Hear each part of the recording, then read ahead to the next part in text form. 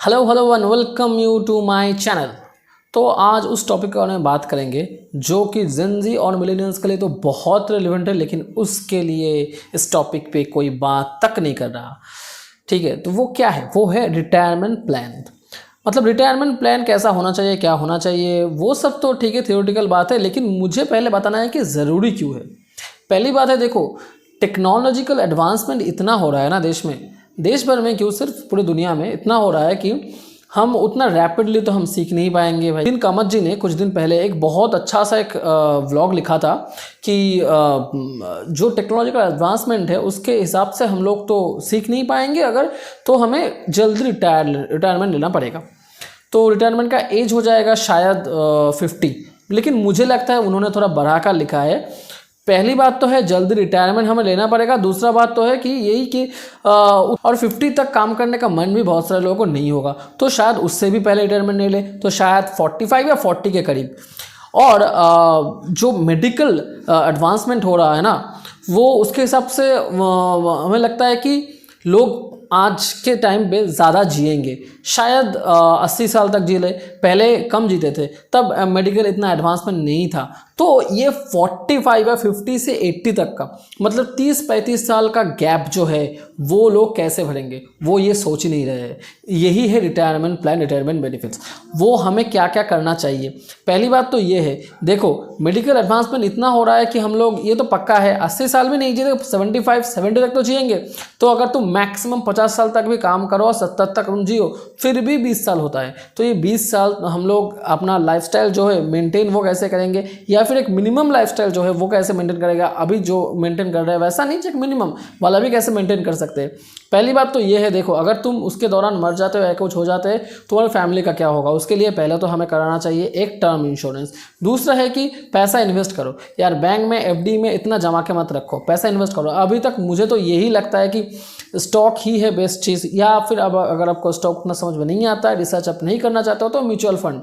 ठीक है, और तीसरा बात यह है कि फालतू के फिजूल खर्चे मत करो। यही सबसे इंपॉर्टेंट बात है, जो हमें चाहिए ही नहीं, जो हमें ज़रूरत ही नहीं है, उसके पीछे हम इतना खर्चा करते हैं। और जो कि डिप्रिशिएटिव, मतलब जैसे कि हो गया गाड़ी, और हम लोगों को बहुत सारे लोगों, हम में से बहुत सारे लोगों को गाड़ी चाहिए भी नहीं यार, लेकिन फिर भी खरीद लेते हैं क्योंकि पड़ोस वाले ने खरीदा है, क्योंकि दोस्त ने खरीदा है। ठीक है, जैसे कि मान लो कि फ़ोन, हम लोग बहुत फैसिनेटिंग होते हैं ना, आईफोन खरीद लेते हैं। आईफोन का उतना तो हमें चाहिए भी नहीं, 1.5 लाख का फ़ोन क्यों ले। लैपटॉप चाहिए, चलो ठीक है, क्या हम करते हैं, मैकबुक खरीद लेते हैं। देख 2 लाख 2.5 लाख का लैपटॉप खरीद लिया भाई, नॉर्मल वाला भी खरीद सकते हो, उससे भी काम चल जाता है।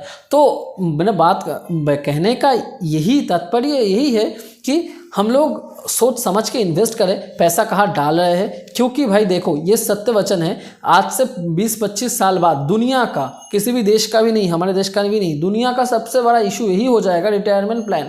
लोग रिटायर करेंगे, काम नहीं कर पाएंगे, लेकिन उसका खर्च, उन लोगों का खर्चा भी बढ़ जाएगा। और चौथा और सबसे ज़रूरी बात यही है कि अभी तुम जहाँ पे काम कर रहे हो, शायद वहाँ पे तुम्हारा एक मेडिकल इंश्योरेंस है, लेकिन उसके साथ भी एक और मेडिकल इंश्योरेंस कर लो, क्योंकि काम हमेशा रहेगा नहीं। तुम शायद काम करोगे 40, 45, 50 साल तक, उसके बाद तो कंपनी मेडिकल कवर नहीं देगा ना। तो खुद के लिए, खुद के फैमिली के लिए, बीवी बच्चों के लिए, माँ बाप के लिए तो तुम्हें एक चाहिए ना, एक मेडिकल इंश्योरेंस। ठीक है, जो कि तुम्हारे आफ्टर रिटायरमेंट भी तुम्हारा सपोर्ट करे। और तब लोगे ना भाई, सच्ची बात कर रहा हूँ, मेरा पापा 60 साल के ऊपर हो गए उनकी उम्र, वो पहले भी 55-50 साल के जब थे, तब वो बहुत जगह गए थे कि मेडिकल इंश्योरेंस चाहिए, उनको चाहिए था भाई। इतना ज़्यादा डिमांड करते हैं ना वो लोग उस टाइम पे। ठीक है, 50-55 साल पे अगर तुम करोगे तो ठीक है, उसका प्रीमियम बहुत हाई होता है। ठीक है, तो वो अच्छा है ना कि अभी से करवा के रख लो। और एक और चीज़ तो आप मानोगे कि मेडिकल एडवांसमेंट तो डेफिनेटली हो रहा है, उसके साथ मेडिकल का फीस भी बहुत बढ़ रहा है। तुम्हारे पास अगर साल में 5 लाख का कवर है ना, ठीक है, मेडिकल कवर 5 लाख का है, तो मतलब एक अच्छा से अच्छा कुछ भी बीमारी हो जाए ना, तो वो तो कम से कम गया ही। और अगर साल में 2 या 3 कुछ भगवान ना करे कुछ बड़ी दुर्घटना हो गई तुम्हारे साथ या तुम्हारे किसी भी फैमिली मेम्बर के साथ, तो तुम्हारी सेविंग से सब चला जाएगा पानी में। ठीक है, वो सबके लिए वो एक से ज़्यादा या दो या तीन, या फिर अगर बस तुम्हारे पास मेडिकल कवर नहीं है वो तो पहले अभी ले लो मेडिकल इंश्योरेंस यार, वो तो अर्जेंट है, बहुत ही अर्जेंट है। और अगर वो नहीं है तुम्हारे पास, ऑफिस का भी नहीं है, खुद का भी नहीं है, तो अभी ले लो, ठीक है। क्योंकि अभी तक जितना भी तुमने सेविंग्स किया है ना, एक बीमारी पूरा सेविंग्स पानी में डाल सकता है, ठीक है। तो बात बस इतना ही था। तो अभी से रिटायरमेंट प्लान के बारे में सोचना शुरू कर दो। और अगर ये वीडियो पसंद आता है तो लाइक शेयर और सब्सक्राइब ज़रूर कर दो। और हाँ, अगर अच्छा सा रिटायरमेंट प्लान आप लोगों को चाहिए और ऐसा इन्फॉर्मेटिव वीडियो आप लोगों को चाहिए तो कमेंट में लिखकर मुझे बताओ, तो मैं कोशिश करूँगा ज़रूर अच्छे से अच्छा रिसर्च करके एक अच्छे से अच्छा रिटायरमेंट प्लान वाला वीडियो आप लोगों के लिए ला दूँ। और बहुत बढ़िया बढ़िया और कुछ नया टॉपिक पर रिसर्च वाला वीडियो आपके सामने लाता रहूँ। और सपोर्ट चाहिए यार, सपोर्ट करते रहो। और ठीक है, आज के लिए वीडियो इतना ही है, आगे मिलते हैं, बाय बाय।